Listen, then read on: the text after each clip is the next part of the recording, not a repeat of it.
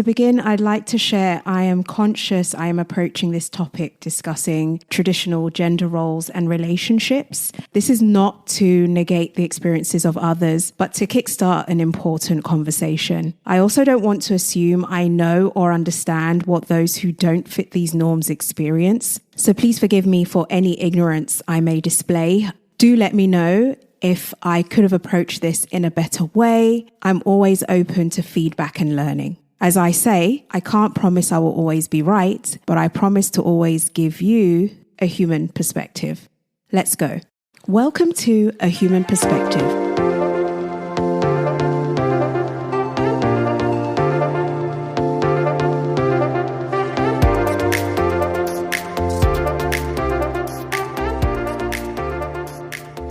There is this fairy tale image of what a good woman is. She only wears pastels and pinks. She's softly spoken, her voice like petals floating on the wind. That's how light her voice is. She walks on her tippy toes so as not to disrupt the ground, her arms lightly out from her body, giving her the air of a fairy fluttering across the scene. Her eyes big with joy and light, her little soft pink lips shifting from faint smile to utter glee. She is never unhappy or angry or disappointed. When she is upset, she'll find somewhere to cry privately, softly and quietly so as not to disturb anyone. After wiping her crystal-like tears away, she'll return to the stage with that utter glee smile back on show again. She lets others speak first, never interrupting, only giving her opinion when asked by the one in charge. And even then, her answers are never really answers. They're always a philosophical answer that no one truly understands. She would hate to offend anyone. She's not expected to add value to a conversation, so it doesn't matter anyway. She's just there to bring light, joy, promote harmony and happiness and diversity. She's always at your service, ready to do whatever work needs to be done, waiting for a prince or king to give her life some validity. And so she lived happily ever after, right?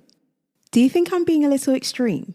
Ask most females who they first admired and emulated when they were very young. Too many would tell you Cinderella, and I'm one of them. Cinderella is the perfect woman. No matter what happened to her, she remained calm and soft and graceful and smiling. And this was illustrated, pardon the pun, as an attractive and admirable quality. The stepsisters, on the other hand, were forward, aggressive and selfish, making them ugly. But it's okay. It all turned out the way it was supposed to because they didn't get the prize in the end, or should I say the prince. Cinderella wins because she's the opposite of her ugly stepsisters. This expectation of women to have a feather-like personality is planted so deeply, most are unaware of it, but it's there, and it's impacting the way women are perceived and navigate the workplace. The fact that being assertive, some would say forward and aggressive, and looking out for yourself, some would say selfish, is seen as ugly is a big reason why many women don't like to rock the boat and don't know how to look after themselves at home or at work. They are constantly giving and doing, seeming to be happy, but they aren't. Talk to them one-on-one and you find out the truth. Many feel diminished, unfulfilled, unheard, and exhausted. And the worst part is, we put this pressure on ourselves as much as it is put on us, sometimes more. The higher a woman climbs the career ladder, the more harshly she's likely to be perceived. According to a research paper by the Work Psychology Department at University of Liège in Belgium, women are faced with a double-edged sword. If they don't conform to male norms, they risk being judged and evaluated negatively. If they adopt a masculine attitude, they are not accepted by their colleagues. Seems like we're damned if we do and damned if we don't. Either way, people are most comfortable when women conform to feminine norms. This is a heavy weight for women. Some of us naturally lean more towards masculinity, others lean more towards femininity, some sit bang in the middle, exhibiting more of one or the other in different scenarios. None of us want to be judged negatively for where we sit on the scale. We don't want to spend our time making men feel comfortable with being challenged, over apologizing for being emotional or missing the mark on a task or project, or over explaining our intentions. We just want to be seen as human professionals and navigate work accordingly. I can dive into this further, but I'd rather use this time to focus on solutions. A lot of people like to claim the title ally, but a true ally understands this is not simply a label. Being an ally or an advocate requires real work and real action. Give women room to speak. Now, this has two layers. The first is encouraging everyone to equally join conversations. If a conversation has been dominated by male voices or vice versa, ask one or two members of the opposite sex for their opinion. We have to be very careful with this though, because what we don't want to end up happening is that a woman feels she needs to be brought into the conversation in order to speak. It's like being given permission to speak. One way to combat this is during moments of feedback and coaching. Encouraging women to lean in, speak up, and not be afraid to have an opinion or be wrong. I have seen environments where leadership claim everyone has a voice, and yet leaders do not proactively encourage people to use their voice. Well, only if they agree. Values are not simply words. They are actions that make the words true. So if everyone truly has a voice, ensure your people feel empowered across the board to use their voices. And they need to be able to trust that you will listen. Give women real feedback. Please don't sugarcoat feedback. We're making the assumption women are not adult enough, mature enough, or mentally and emotionally capable of receiving constructive feedback. This is simply not true. Feedback is not always easy to hear, but it's through this that we learn how to improve and we grow. Women do not need to be protected from learning. Though positive feedback is always good, in order to truly grow, one of the biggest lessons in one's career is learning to absorb and act on feedback that isn't positive. Create a safe space for women to open up.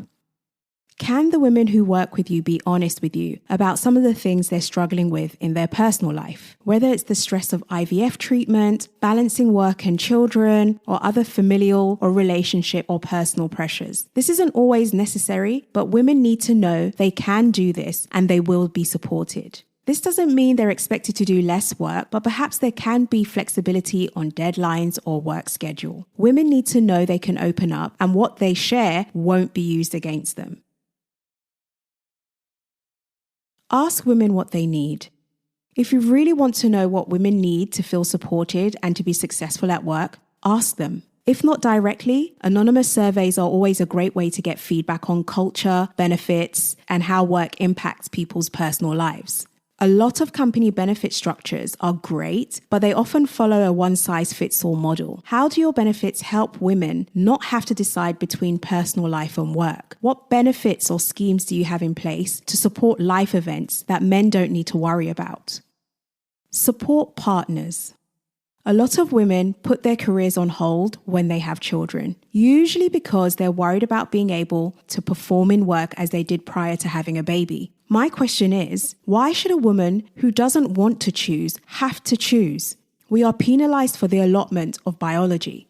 It's not like women can have a conversation with their respective male partner, ending with a duel of rock, paper, scissors to decide who has the baby. There is no choice for many families, and the woman is penalized for it. Then the child is born, and though things are changing, the likelihood is that childcare will fall heavily on the shoulders of the woman. One game-changing way of supporting women is supporting their partners, specifically men. By this, I mean normalizing men taking time off work or working from home to look after the kids. Supporting men during the early stages of having a child by providing significant paternity leave. 2 weeks is okay, but it's nowhere near enough. Support men so the homemaking responsibility doesn't fall on the working wife. Is the culture safe enough for the partner to ask for extra time with the newborn? Can she or he go with their partner for IVF treatments? Can she or he take time off due to loss? Really consider how your company's culture supports partners in being better partners by enabling them to share responsibility more effectively.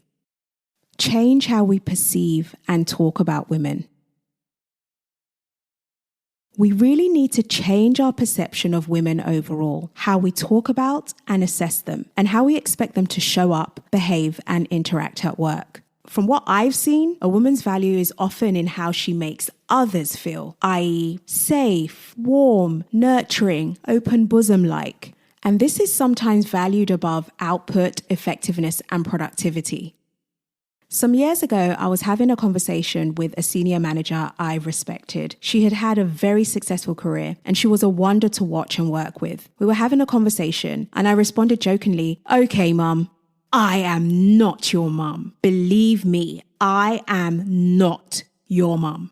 Whoa, what happened there? Did I miss something? She was very insulted, and I couldn't understand why at the time. We got on really well, and it was just a joke. Today, I understand why. For those of us who don't subscribe to outdated Western ideas of femininity, navigating the workspace can be difficult, especially in spaces dominated by men. This senior manager had worked in such spaces, and I can only imagine how much she had to shut down or selectively not hear in order to climb the ladder in the exceptional fashion that she did. When a woman joins a company, she's not there to be your mother, wife, or daughter. She is a professional who has been hired to share and utilize her skills and experience for the attainment of her individual, team, and company goals. If anything else is expected of you, you should question why and ask yourself if you're working in the right place.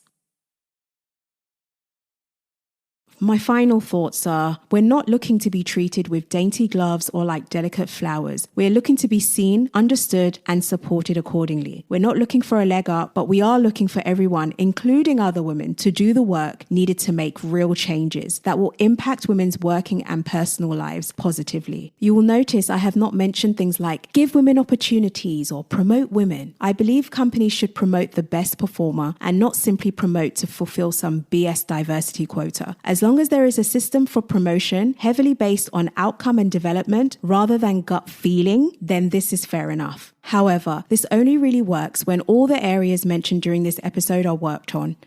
Thanks for taking the time to listen to this episode of A Human Perspective. I'll see you in the next.